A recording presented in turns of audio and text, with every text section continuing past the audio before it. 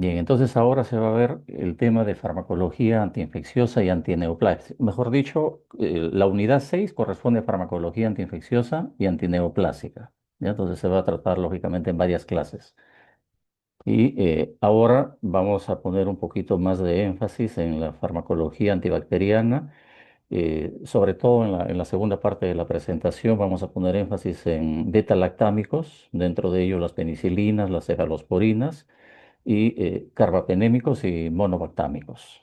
¿Ya? Entonces, lógicamente vamos a dar unos conceptos preliminares que ayudan, digamos, al uso en este caso de los antimicrobianos o de los antibacterianos. ¿Ya? Bien, aquí una breve pregunta para iniciar. O sea, ¿qué idea tenemos de un antimicrobiano? ¿Sí pueden hacer algún comentario? Un antimicrobiano.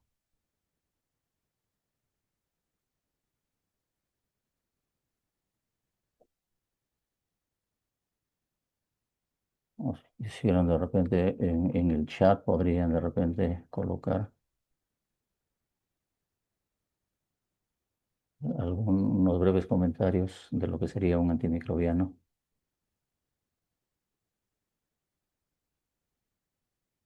Ya.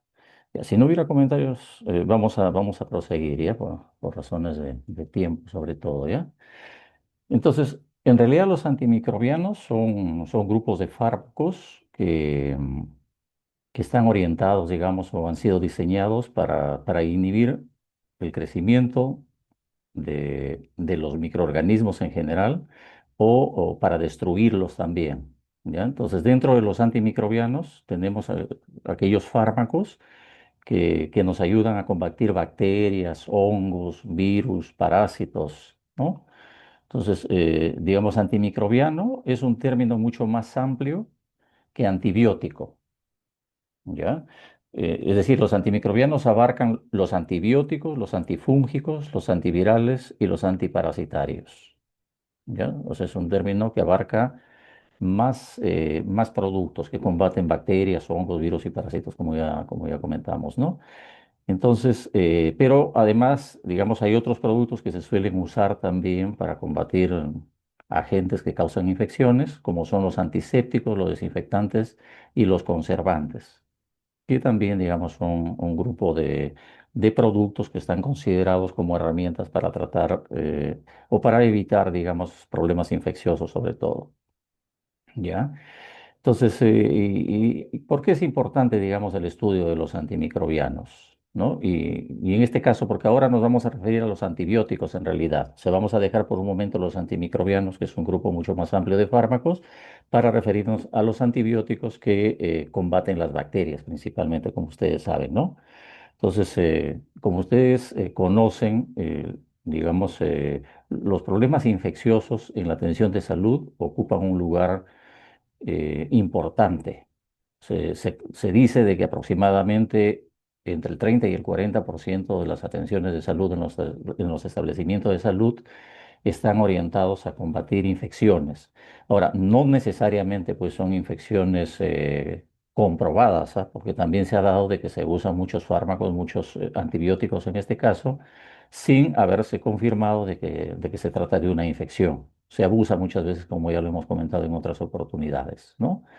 Entonces, pero de todas maneras, utilizar correctamente este grupo de fármacos, los antibióticos, ha permitido pues combatir a estos agentes infecciosos y evitar, si se los usa apropiadamente, evitar la resistencia y producir un impacto en la salud pública, ¿no? Porque los antimicrobianos contribuyen justamente a salvar vidas, ¿no? Como ustedes conocen.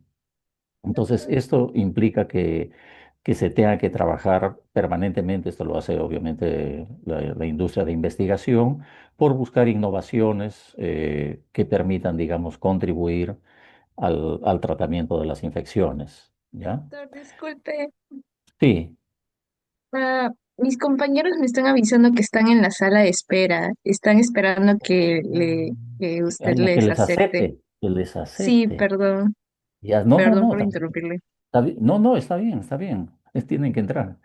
a ver. Déjame ver. Ya, admitir a todos, ya. Ya, ya están ingresando, ¿ya?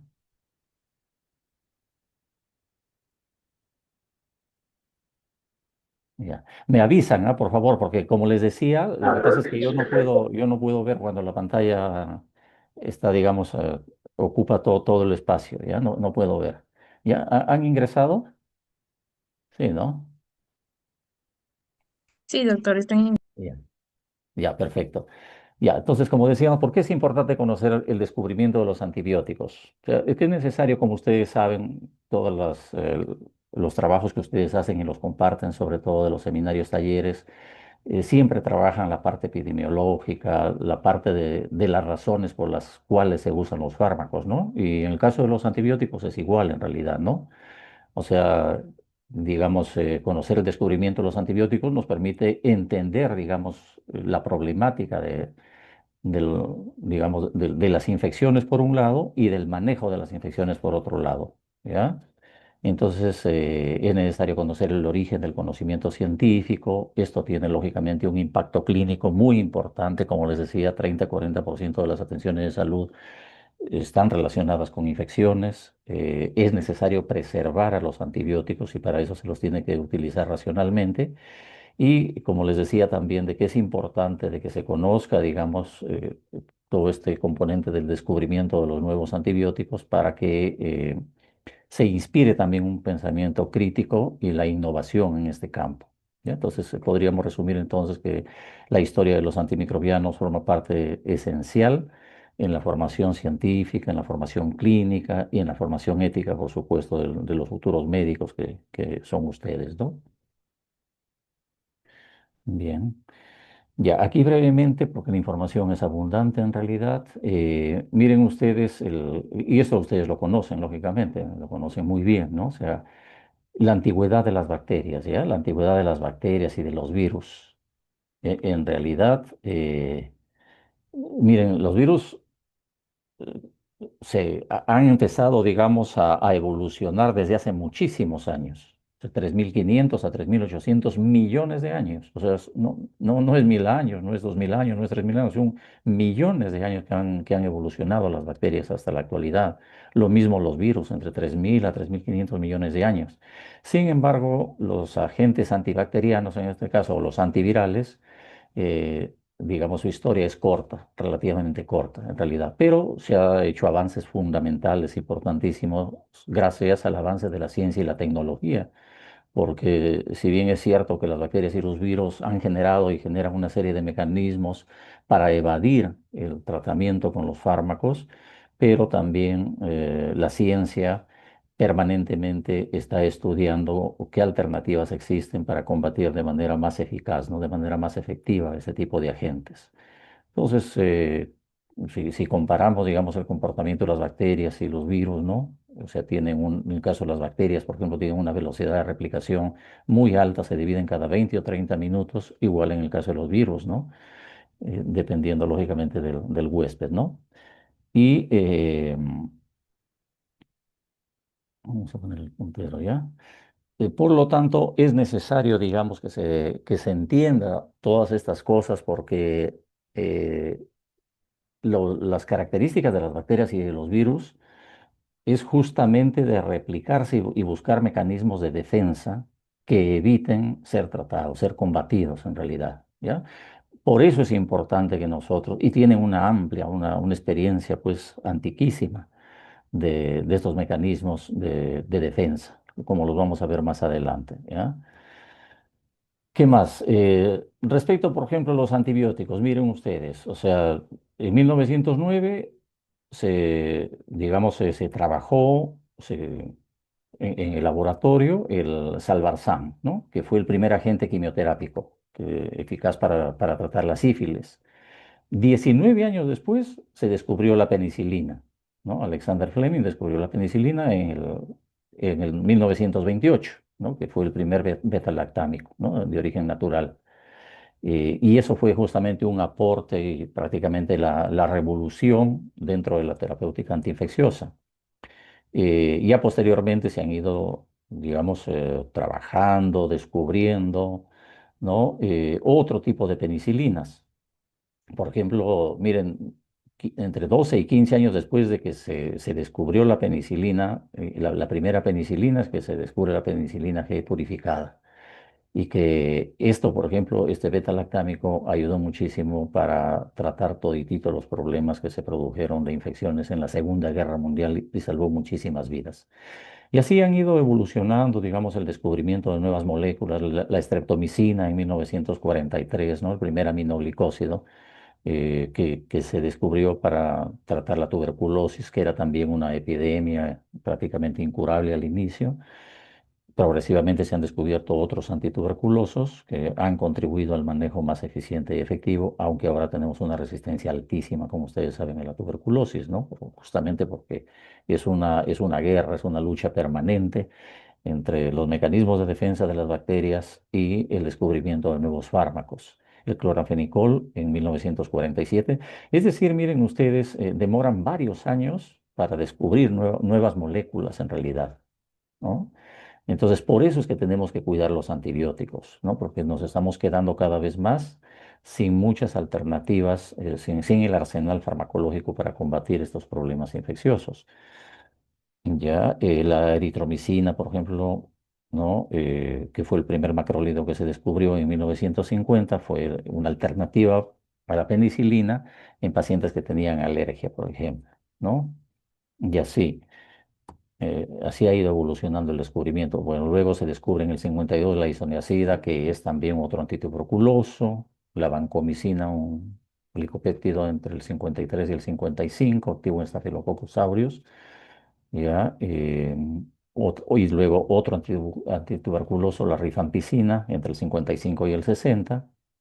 Las cefalosporinas se empezaron a descubrir en la década del 60 aproximadamente, que vienen a ser alternativas para la penicilina frente a bacterias que son productoras de beta-lactamasas, ¿no?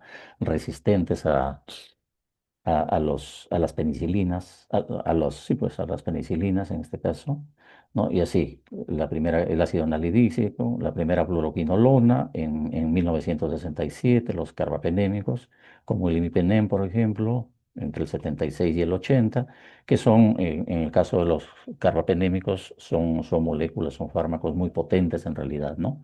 Son quizás los más potentes en la actualidad y que ayudan a combatir problemas de alta resistencia de las bacterias. La citromicina y la claritromicina, macrólidos de nueva generación, ¿ya? Que tienen también características particulares, y así, ¿no? ¿Qué más?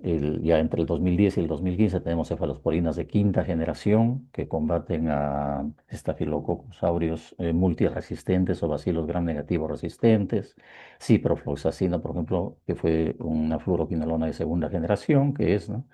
Una fluoroquinolona de segunda generación muy potente, el linezolid, que también se utiliza para tratar tuberculosis, y terapias combinadas, ¿no? Inclusive ahora se está trabajando en la fagoterapia, en donde se utilizan bacteriófagos, que son virus que infectan y destruyen bacterias, por ejemplo, ¿no? Con el avance, como digo, de la tecnología, de la ciencia, se están utilizando ya nuevos métodos para combatir las bacterias. O, por ejemplo, hay un antibiótico digamos que se ha trabajado a través de inteligencia artificial, la alacina también, ¿no? Entonces, bueno, el avance de la tecnología y de la ciencia ayuda muchísimo también, ¿no? Pero aún así tenemos problemas, digamos, con la alta resistencia que existe a los antibióticos por parte de las bacterias, ¿ya? Aquí solamente para ilustrar un poco, esta es una célula procariota, que son las células de las bacterias. Esta es su conformación, ¿no? Tienen sus organelos en el citoplasma, tienen un nucleoide, no es un núcleo propiamente dicho, ahí es donde se genera el ADN, es un ADN circular. Tenemos aquí el ARN, que transfieren la información genética desde el ADN, ¿no? Hacia los ribosomas para producir las proteínas, que son elementos estructurales de la bacteria, ¿no? Aquí tiene su membrana plasmática y tienen su pared celular, ¿ya? De péptidoglucano. Esta pared, esta de aquí, esta pared celular que es característica, digamos, de las bacterias. Entonces, tanto la pared celular como la membrana plasmática le confieren, digamos, estabilidad a la, y soportan, miren, una presión de 5 a 20 atmósferas. O sea, esta estructura le permite sobrevivir a la bacteria, en realidad, ¿no? Y estos peelings que son elementos que transfieren inclusive ya resistencia a otras bacterias.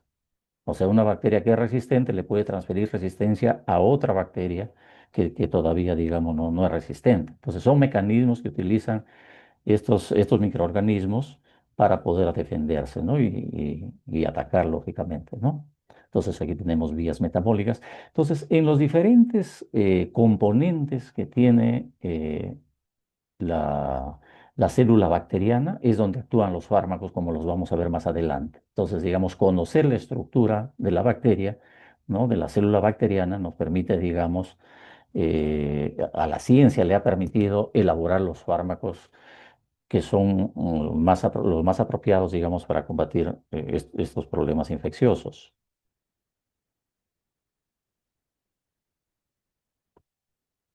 Aquí tenemos, por ejemplo, la estructura de una bacteria gram positiva y de una gram negativa, ¿no? Entonces, como les decía, ¿no?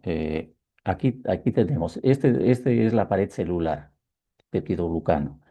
Entonces, aquí lo tenemos, esta vendría a ser, en las gram positivas, el peptidoglucano es mucho más digamos, tiene una mayor extensión, ¿ya? Tiene más o menos de 20 a 80 nanómetros aproximadamente, mientras que en las gram negativas es delgadita, de 2 a 7 nanómetros tiene aproximadamente, es más delgada.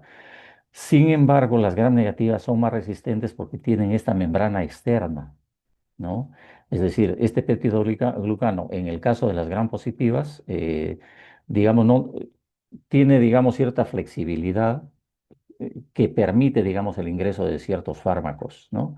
Sin embargo, en las gram negativas, por eso es que son un poco más, es más difícil combatirlas, tienen esta membrana externa y digamos que contiene, por ejemplo, tus conductos o porinas, o no son purinas, sino son porinas, por donde se alimenta la bacteria, ¿no? Entonces, por aquí penetran, digamos, los antibióticos, pero ya ha generado mecanismos de defensa de la bacteria que cierra sus porinas, por ejemplo, disminuye el número o la cierra también para evitar de que ingresen los antibióticos. Tienen también, por ejemplo, lipopolisacáridos. Este lípido A que aparece aquí es causante, por ejemplo, digamos, segrega una toxina, una exotoxina que puede causar shock séptico, por ejemplo, ¿no? Entonces tiene características particulares, ¿no? Tanto, como digo, los gram positivos como los gram negativos. Esta es una proteína de fijación a las penicilinas, esta de aquí, que las tienen ambas, tanto las gram positivas como las gram negativas. ¿Ya? Acá está. Entonces, aquí es donde se fijan las penicilinas para producir su efecto sobre las bacterias, ¿no? Entonces, eso en líneas generales es la estructura de los gérmenes gram positivos y gram negativos. Ahora, eh, las Doctor, bacterias, sí, doctor, disculpe, hay compañeros que están en la sala de espera. ya, perfecto, vamos a abrir, ¿ya? A ver, a ver, a ver. Ahora no sé cómo llegar a ellos. ¿Cómo llego a ellos? Oh, perdón.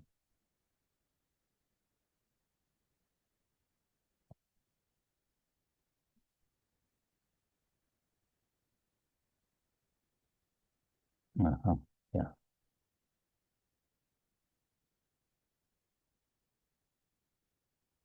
Ya. Ya los he aceptado a todos, ¿ya? Entonces ya irán ingresando progresivamente. Bien. Y ahora,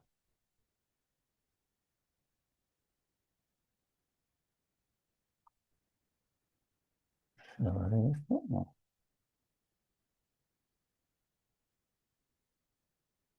Ujú. Perdón. Voy a tener que volver a compartir aquí. O sea, se ha dejado de compartir, ¿no? ¿O no? La... la Aún se ve presentación. la diapositiva. Aún se ve la No se ve, diapositiva, doctor. No, sí se no ve. se, sí se ve, y yo no la veo, miren. Ya, espera, voy a cerrar y luego voy a volver a entrar, ¿ya? Problema este. Ah, ya, ya, ahora sí. Ya, ahora sí la veo, ¿ya? Ya. Entonces, como les decía, ya, como les decía, estos Doctor, microorganismos, disculpe, pero sí, no se ve la diapositiva ahora. ya no se ve ahora. A ver, vamos a ver aquí. A ver, ya, share.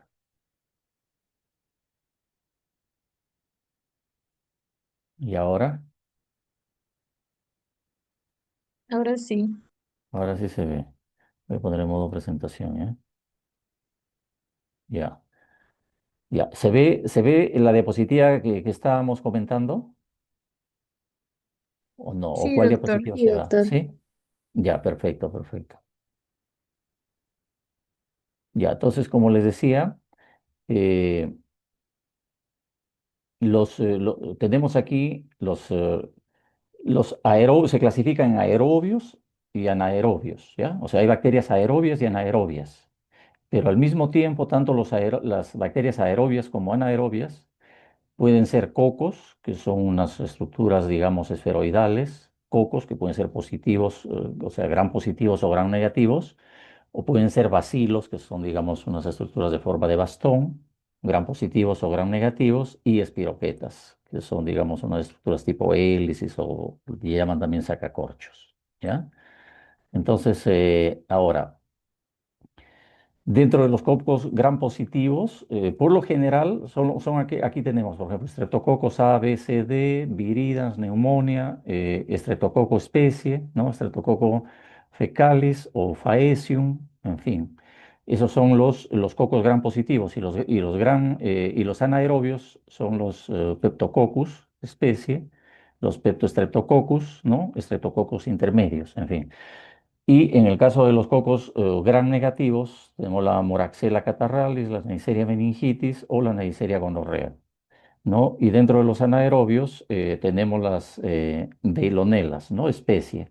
Ahora, este tipo de microorganismos, tanto los cocos gram positivos y gram negativos, tanto aerobios como anaerobios, digamos, producen, por lo general, no necesariamente siempre, pero por lo general problemas a nivel de, digamos, producen faringitis, meningitis o neumonías, ¿ya? Mientras que los bacilos, tanto los gram positivos como los gram negativos, pueden producir infecciones intestinales, urinarias o cutáneas, ¿ya? Entonces, esto no nos vamos a detener aquí porque ya lo voy a dejar ahí, ya para que ustedes lo vean con un poquito más de detenimiento, ya para poder avanzar.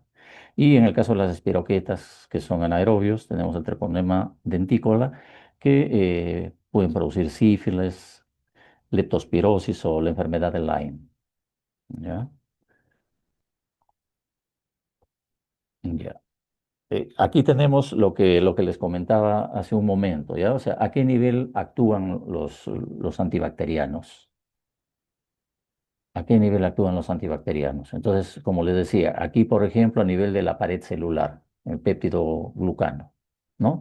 Aquí actúan, por ejemplo, ¿quién? La fosfomicina, la cicloserina, la vancomicina, las penicilinas, por ejemplo, las cefalosporinas, monobactámicos, carbapenémicos, por ejemplo, que son digamos, que pertenecen, digamos, al mismo grupo, ¿no? El etambutol, la piracinamida y la isoniazida también actúan aquí a nivel de la pared celular, en el péptido glucano.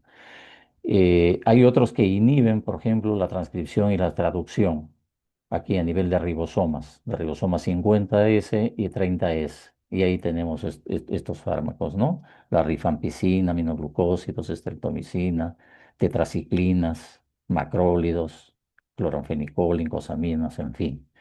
Y inhibidores de la síntesis de la integridad del ADN, ya a este nivel. Y ahí intervienen las sulfonamidas, el trimethoprim. ¿no? Sulfonamidas con trimetooprim, que es el cotrimoxazol, y las quinolonas, ¿no? Así, más o menos, ese es los lugares en donde intervienen, digamos, los antibióticos para producir la muerte de las bacterias, ¿ya? Aquí también de manera gruesa podríamos decir que los antibióticos se pueden dividir, no necesariamente son excluyentes, ¿ah? A veces se pueden comportar como bactericidas o como bacteriostáticos, ¿ya? Pero, digamos, por cuestiones esquemáticas o didácticas, los vamos a dividir así, como aparece aquí en la pantalla, ¿no? Por ejemplo, bactericidas, aquellos que actúan inhibiendo la pared celular, el crecimiento de la pared celular, ¿no? Eh, que es el caso de las penicilinas. ¿No? Que tienen el anillo betalactámico. Ahí están las penicilinas, el carbapenén, las cefalosporinas, el monolactans, ¿no? Monobactans. En el caso, por ejemplo, de los que actúan a nivel alterando, digamos, la membrana plasmática de la bacteria, tenemos la polimixina B, por ejemplo, ¿no? O que inhiben la síntesis del ARN, la rifampicina, ¿no? Y dentro de los bacteriostáticos tenemos aquellos que inhiben la síntesis de proteínas, las tetraciclinas en este caso, o que inhiben el metabolismo, que vendrían a ser las sulfonamidas. ¿No es así? Entonces, no es una propiedad, como les he dicho, excluyente. En algunos casos, dependiendo inclusive de la dosis del fármaco, puede actuar como bactericida. También algunos fármacos actúan como bactericida, no obstante que su mecanismo de acción puede ser bacteriostático, ¿no? Entonces, varía, lógicamente. Ya, pero sí, por razones, como digo, didácticas o pedagógicas, se trata así de clasificar de esa manera, ¿ya? Bien. Ahora, respecto a los mecanismos de acción de los antibióticos, ¿qué es lo que acabamos de ver? Sino que aquí ya está de manera más descriptiva. Por ejemplo, cuando se inhibe la síntesis de la pared celular bacteriana, se impide la formación del péptido glucano, como decíamos, que es un componente que forma parte de la estructura, como hemos visto ahí en las imágenes, de la pared celular, ¿no? Perdón, de la pared bacteriana. Y el efecto es que la pared se debilita o, digamos, tiene limitaciones o deficiencias para terminar de estructurarse. Entonces se produce una lisis bacteriana y ahí estamos hablando de un efecto bactericida.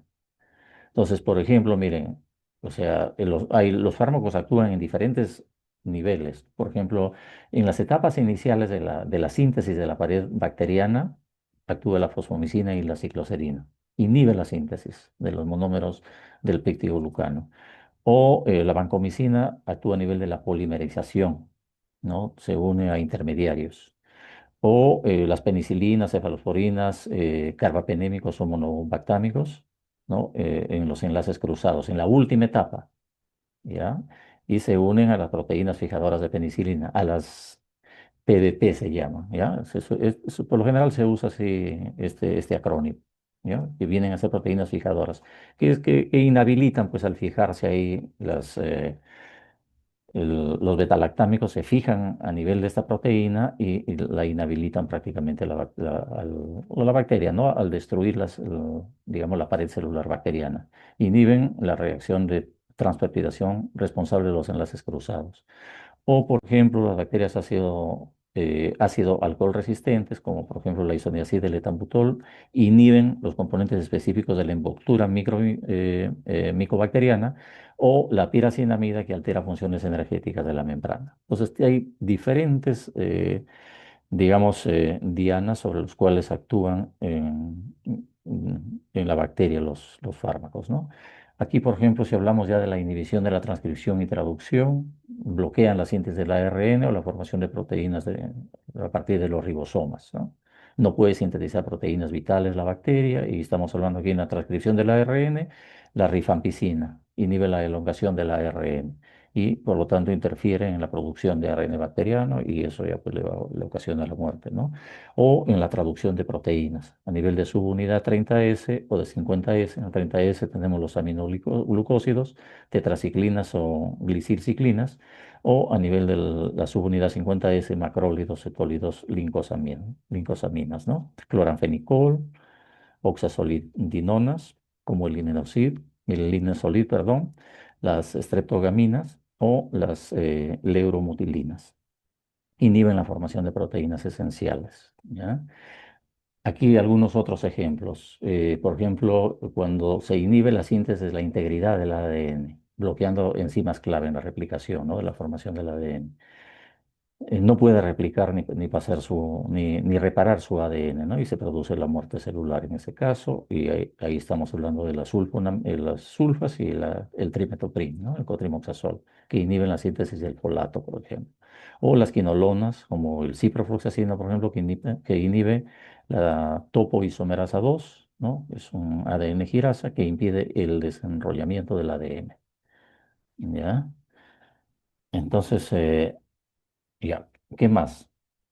Aquí tenemos, por ejemplo, algunos mecanismos, ¿no? Las bacterias, por ejemplo, utilizan uno de los mecanismos de protección, digamos, para evadir el efecto de los antibióticos es a través de una bomba de flujo transmembrana. O sea, tiene un mecanismo que expulsa, digamos, al antimicrobiano, al antibiótico en este caso, ¿no? Expulsa, es un mecanismo. O, por ejemplo, disminuye la permeabilidad a nivel de las porinas, como les decía. O sea, no permite que pase a través de la porina el antibiótico, o disminuye también su número, disminuye el número de porinas, ¿ya? O, por ejemplo, aquí también puede producir una inactivación del antibiótico, o alteran, o se produce también una alteración del blanco de ataque también, ¿ya? Entonces son diferentes mecanismos de defensa que tiene la bacteria. ¿Ya? Y entonces, justamente por eso es bien importante que se tenga en cuenta cuando se usan los antimicrobianos, que se trate de seleccionar, como vamos a ver más adelante también, el antimicrobiano más indicado en realidad, teniendo en cuenta sus mecanismos de acción, para que sea lo más efectivo posible y se evite, digamos, lo que se llama la presión selectiva, ¿no? Es decir, que aparezca resistencia. Porque si no se destruye completamente a la bacteria genera resistencia. Entonces, se destruye la bacteria en la medida que se utiliza el fármaco más indicado, ¿ya?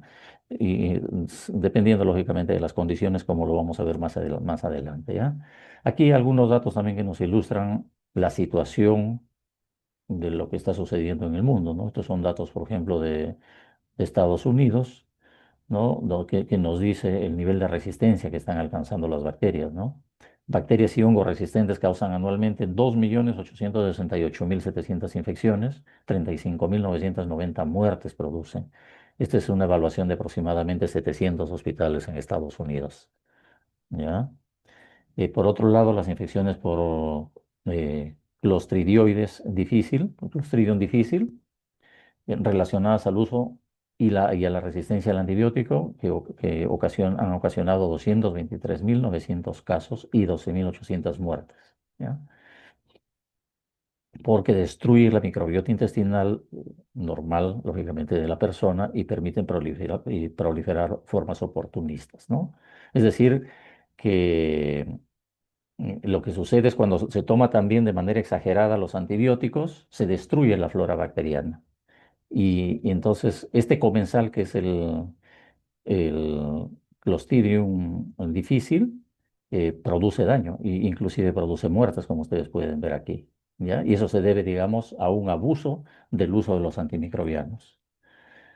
Y miren el nivel de resistencia, ¿no? Por ejemplo, enterobacteriáceas, carbapenem resistentes, carbapenem, ¿no? Que es un antibiótico muy potente, ya se ha generado resistencia. O, por ejemplo, la producción de enterobacteriasas, digamos, con beta-lactamasas de espectro extendido, o que se llaman los BLE también. Es decir, la resistencia bacteriana ha aumentado enormemente porque no se usan apropiadamente los antimicrobianos. Ya, vancomicinas resistentes también, ¿no? A enterococos. O, por ejemplo, estafilococo aureus metil resistente también, ¿no? Estafilococo aureus metil resistente o estafilococo aureus metil sensible. En el caso de la tuberculosis también, eso ustedes saben, ¿no? Que es un escándalo lo que se está produciendo actualmente, ¿no? O sea, la multidrogo resistente, ¿no? O la extremadamente resistente, ¿no? Que se está produciendo en la actualidad, ¿no? Que prácticamente ya casi no existen fármacos para tratar la tuberculosis, ¿ya?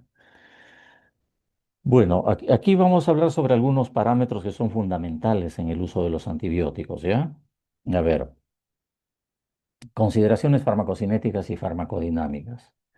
Entonces, Es decir, la actividad del antibiótico depende de de estos parámetros en realidad, ¿ya? De la concentración mínima inhibitoria, de la concentración mínima bactericida, del tiempo de permanencia del fármaco sobre la concentración mínima inhibitoria, de la concentración máxima del fármaco sobre la concentración mínima inhibitoria y del área bajo la curva sobre la concentración mínima inhibitoria. Esto lo vamos a desarrollar más adelante, ¿ya? Pero es fundamental tener en cuenta estos parámetros, sobre todo a nivel hospitalario, ¿no? Porque hay establecimientos de salud que no cuentan, digamos, con los equipos o el personal suficiente para hacer este tipo de cultivos, ¿no? Que se requieren. En realidad, esto se utiliza más a nivel hospitalario, en los hospitales quizás un poco más complejos por lo general, ¿no? Entonces, es necesario, pues, establecer la dosis del fármaco. Y la dosis tiene que ver, como les decía, con estos parámetros, ¿no? Porque de lo que se trata es de que el fármaco, con la dosis indicada, penetre hacia los fluidos biológicos. ¿Ya? O sea, la sangre, el líquido cefalorraquídeo, en fin, ¿ya? Que entre, digamos, a los fluidos en la concentración indicada, para que luego pueda ingresar a la biofase. Entonces, la biofase es el lugar en donde se encuentra donde se encuentra localizada la infección. ¿Ya? Entonces, la idea es de que la dosis que se determine no solamente debe llegar a los fluidos biológicos, sino tiene que llegar a la biofase, ¿ya? Para que pueda producir el efecto farmacológico y, lógicamente, la muerte de la bacteria. De eso depende el éxito clínico. Y, lógicamente, de los factores del huésped, que son fundamentales, ¿ah? Como vamos a ver más adelante también. O sea, las condiciones del huésped, o sea, del paciente en este caso, depende muchísimo para el éxito, ¿no? Porque justamente las condiciones del paciente tiene que ver también con todos estos pasos que hemos señalado, ¿ya? Entonces hay variaciones farmacocinéticas y hay variabilidad también farmacodinámica, ¿ya? En el uso de los antibióticos. Entonces, cuando hablamos aquí nos hemos referido al fármaco dosis, ¿no? Aquí vamos a desarrollar un poquito, ¿ya? Vamos a desarrollar un poquito, dice fármaco dosis, cantidad de fármaco administrado, ¿no? Que ya ustedes saben, gramos, miligramos, kilogramos, unidades internacionales, en fin, ¿no? En un momento o en el intervalo determinado. Entonces, la dosis determina la concentración en el plasma, que es inicial, ¿no? Del antibiótico, del fármaco. Cuando la dosis lógicamente es demasiado baja, no puede alcanzar los niveles terapéuticos, ¿no? Y ahí es donde se produce la resistencia. Y cuando la dosis es excesiva, que suele suceder, se produce lógicamente la toxicidad, ¿no? Nefrotoxicidad, por ejemplo, con aminoglucósidos, que digamos se suele suceder bastante cuando se usan los aminoglucósidos sin tener en cuenta ciertas consideraciones. El ajuste de la dosis debe considerar, como ustedes saben, pues el peso del paciente, su función renal, su función hepática, si está o no disminuida, el tipo de infección y el microorganismo al cual se pretende atacar. ¿Ya? Entonces, de eso depende la dosis. O sea, hay varias consideraciones que se tienen que tener en cuenta. Y la concentración en fluidos biológicos, como decíamos, ¿no? O sea, lógicamente tiene que llegar la cantidad necesaria, sangre, plasma, orina, líquido cefalorraquídeo o a la pleura, ¿no? Después de los procesos farmacocinéticos, ¿no? Y ahí tiene que ver con el grado de distribución del antibiótico, ¿no? Y en los compartimentos donde actúa el microorganismo, ¿no? Y eso se determina si el fármaco puede alcanzar el sitio de infección, como decíamos, ¿no? En la biofase.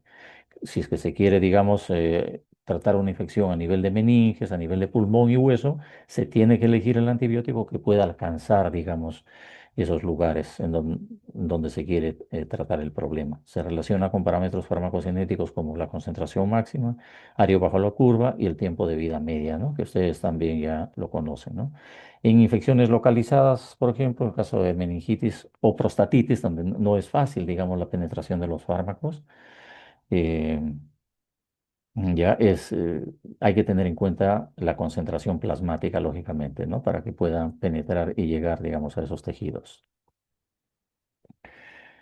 Y la concentración en biofase, que es también lo que comentamos, ¿no? Concentración del fármaco en el microambiente donde se encuentra el microorganismo en el sitio de acción. Ejemplo, en el espacio extracelular del tejido infectado, ¿no? O también puede ser intracelular. El nivel activo en donde interactúa, dice, con las bacterias. Depende de la permeabilidad tisular, del pH local, ¿no? Ustedes saben eso, ¿no? Que que depende de todos estos factores. Eso lo hemos visto también en anestésicos locales, que cuando hay una inflamación o hay una infección, no penetra el anestésico local fácilmente. Igual es en el caso de los antibióticos. Se tiene que ver el nivel de permeabilidad del tejido, se tiene que ver el grado de infección o de inflamación que hay en la zona, no si es que hay o no hay flujo sanguíneo y el grado de unión a proteínas, que es, hay una circulación de proteínas, como decíamos, que atrapan al antibiótico cuando hay un proceso infeccioso, ¿no es así? Y en las infecciones, dice, en infecciones con abscesos, también se pueden formar los famosos biofilms. Los biofilms son mecanismos de supervivencia de las bacterias, ¿no? Que son una especie de barreras, como lo establece, ¿no? O sea, como se dice, ¿no? O sea, biofilms protegen a las bacterias, forman así unas capas que no permiten la penetración del antibiótico. Entonces puede haber una concentración plasmática, pero una baja concentración en la biofase. Y eso reduce, digamos. En esos casos inclusive se recomienda, en el caso de los abscesos, por más que se le dé antibióticos, si no se hace una limpieza de la zona, si no se drena bien, por más antibiótico que se le dé, no le va a hacer, no le va a hacer efecto, ¿no? Eso ya se ha visto también. Y respecto al efecto farmacológico, bueno, eso ya saben que es la respuesta que se observa, ¿no? Cuando se administra un medicamento. En este caso nos estamos refiriendo a la interacción que se produce en el antibiótico y la diana bacteriana, ¿no? Que para que produzca el efecto puede ser por inhibición de síntesis de la pared o de las proteínas, ¿no? Bien. Eh, Ya, entonces todo esto permite diseñar regímenes óptimos para la dosis y la frecuencia de la administración, que es fundamental, como vamos a ver también más adelante, maximizando eficacia y minimizando resistencia. ¿Qué cosa es la concentración mínima inhibitoria? Y este es un concepto muy importante, es un concepto de microbiología, se utiliza en la microbiología clínica.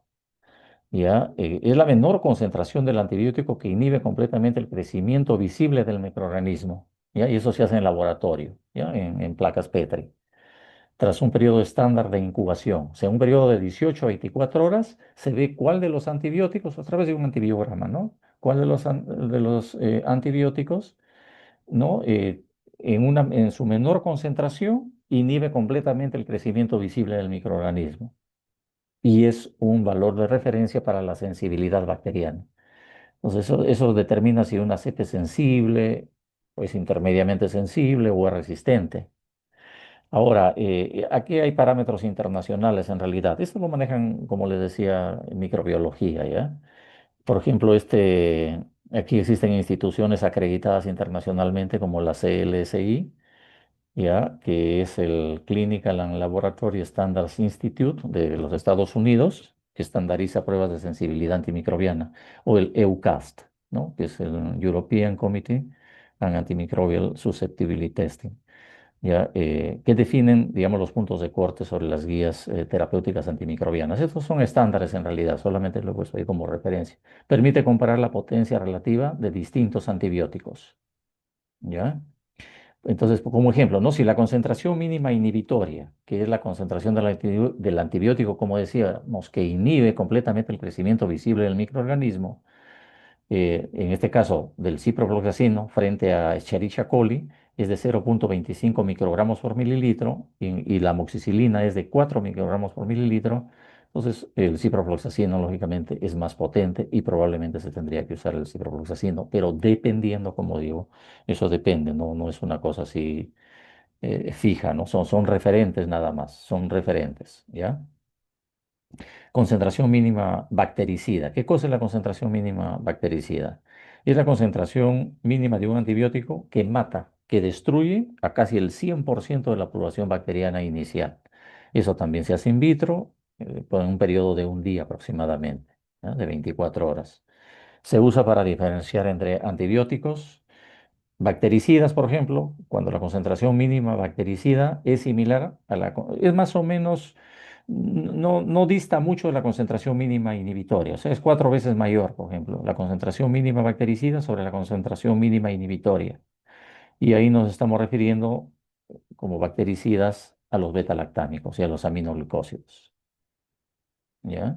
Y en el caso de los bacteriostáticos, cuando la concentración mínima bactericida es mucho mayor que la concentración mínima inhibitoria. ¿Ya? Por ejemplo, es 8 veces mayor en este caso, la bactericida de la inhibitoria. Y ahí estamos hablando de los macrólidos y tetraciclina. Por eso les decía, estas pruebas se hacen en el laboratorio de microbiología para determinar la dosis que requiere el paciente, ¿no? Pero, como le repito, esto se hace por lo general en hospitales de mayor complejidad. Y esto sirve muchísimo, sobre todo para infecciones que son de alta gravedad, como endocarditis, meningitis, ¿no? Osteomielitis, donde se requiere, digamos, un efecto bactericida real, ¿no?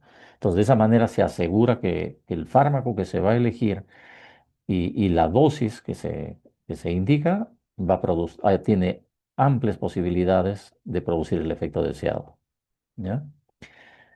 Entonces, aquí, por ejemplo, la relación de la concentración máxima sobre la concentración mínima inhibitoria. Entonces, aquí estamos hablando de fármacos que son concentración dependientes. ¿Qué, qué, qué fármacos son aquellos que se requiere tener en cuenta su concentración máxima sobre su concentración mínima inhibitoria? Son los aminoglicósidos o glucósidos, ¿no? Como la gentamicina, la amicacina. Es decir, cuántas veces la concentración máxima del antibiótico en la sangre excede a la concentración mínima de la bacteria. ¿Ya?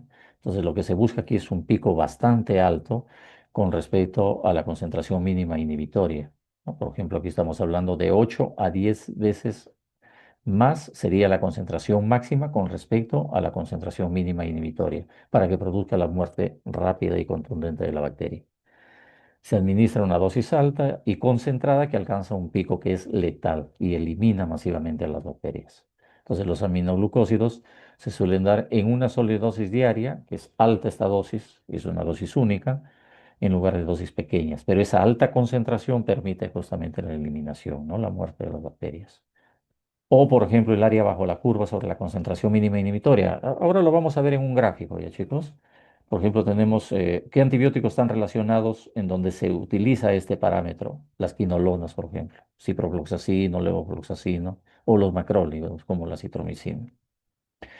¿Ya? La exposición total al antibiótico frente a la bacteria a lo largo del tiempo. Es decir, que tiene que mantenerse el fármaco dentro del área bajo la curva, pero por sobre la concentración mínima inhibitoria, el mayor tiempo posible. ¿Ya? Bien. Aquí, el tiempo, el mayor tiempo, digamos, sobre la concentración del fármaco, sobre la concentración mínima inhibitoria. ¿Ya? Aquí estamos, que es otro parámetro. Aquí nos estamos refiriendo a aquellos antibióticos que están relacionados, que son, por ejemplo, los beta-lactámicos. Dentro de ellos las penicilinas, cefalosporinas, carbapenems, monobactams. ¿Ya? Es el porcentaje del tiempo entre una dosis y la siguiente durante el cual la concentración del antibiótico en la sangre se mantiene por encima de la concentración mínima inhibitoria de la bacteria. ¿Ya? Entonces, aquí tenemos, por ejemplo, ¿ya? También para repetir. Estos parámetros, los parámetros, ya, el mayor tiempo posible sobre la concentración mínima inhibitoria, los betalactámicos, los típicos, mantener niveles constantes. A veces se coloca pues en vía, ¿no? Si está hospitalizado el paciente, se le coloca por vía el fármaco y se mantiene, digamos, estable esa concentración a lo largo del tiempo para que produzca el efecto. O en el caso del parámetro de concentración máxima sobre la concentración mínima inhibitoria, tenemos los aminoglucósidos, donde se alcanza el pico más alto. O el área bajo la curva, sobre la concentración mínima inhibitoria, tenemos las quinolonas, los macrólidos, que maximizan la exposición total. ¿Ya? Bien, aquí tenemos, miren, aquí está graficado parámetros farmacocinéticos y farmacodinámicos. Entonces, como les decía, cuando hablamos de concentración máxima sobre la concentración mínima inhibitoria, esta es la concentración mínima inhibitoria, estos puntitos naranja, ¿no? O sea, esta es la concentración mínima que va a producir, que va a inhibir el crecimiento, la concentración mínima que inhibe el crecimiento bacteriano. ¿Ya? Entonces, la concentración máxima es que esta concentración sea lo más alto posible, lógicamente sin que llegue a ser tóxica, ¿no? Con respecto a la concentración mínima inhibitoria, ¿no? En el caso de los aminoglicósidos son aproximadamente 8 veces más de concentración, de esta concentración con respecto a esta concentración. para que produzca el efecto. En los otros que utilizan, en otros fármacos o los antibióticos que utilizan este parámetro del área bajo la curva, es que tiene que mantenerse aquí el antibiótico de manera permanente, a este nivel, en el área bajo la curva, con respecto al MIC, a la concentración mínima inhibitoria.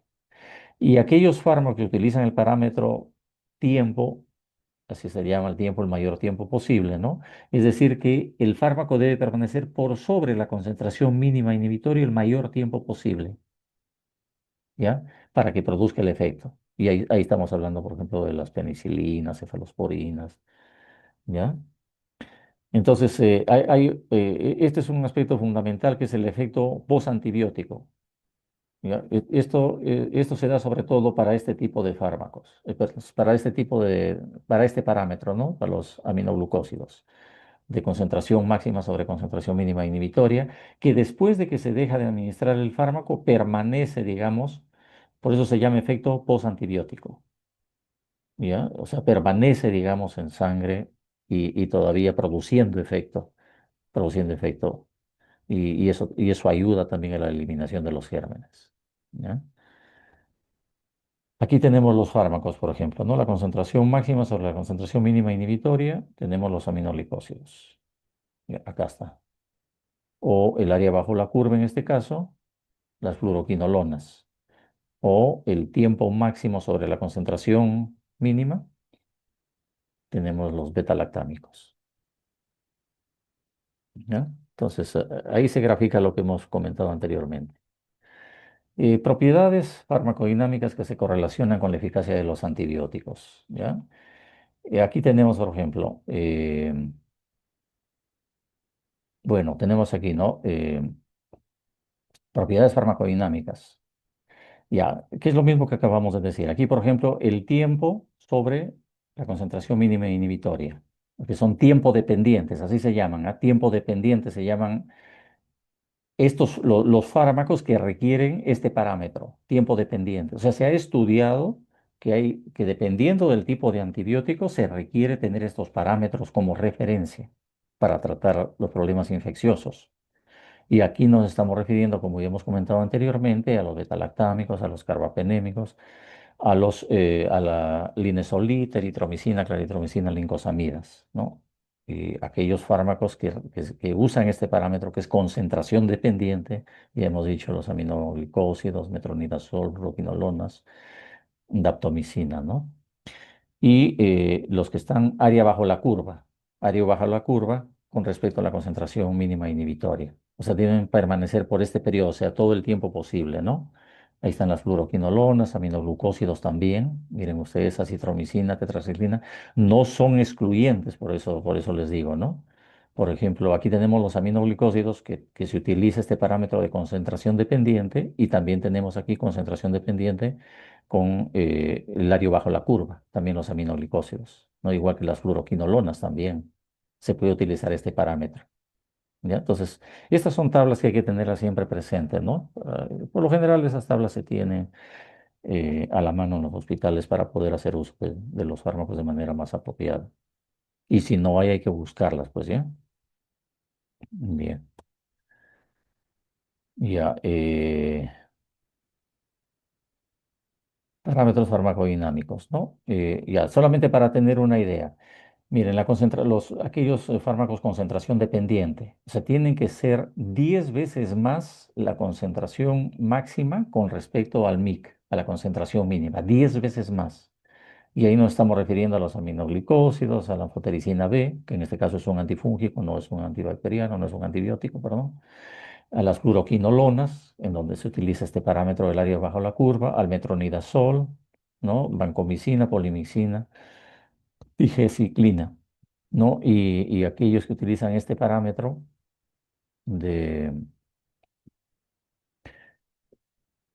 tiempo dependiente, el parámetro de tiempo dependiente, de que tiene que permanecer el fármaco el mayor tiempo posible, digamos, por sobre la concentración mínima inhibitoria, debe ser más o menos 5 veces más la concentración del fármaco sobre el MIC.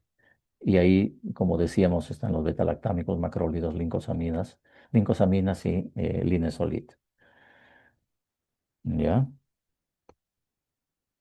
¿Qué más tenemos aquí? Biodisponibilidad. Miren, la biodisponibilidad oral, ¿no? Cercana al 100%. Oral, ¿ah? Miren, estos fármacos tienen una biodisponibilidad, estos antibióticos tienen una biodisponibilidad altísima. Es decir, si se usan tanto, digamos, por vía parenteral o por vía oral, alcanzan una biodisponibilidad muy alta. Y aquí, miren, las fluoroquinolonas se acercan al 100%.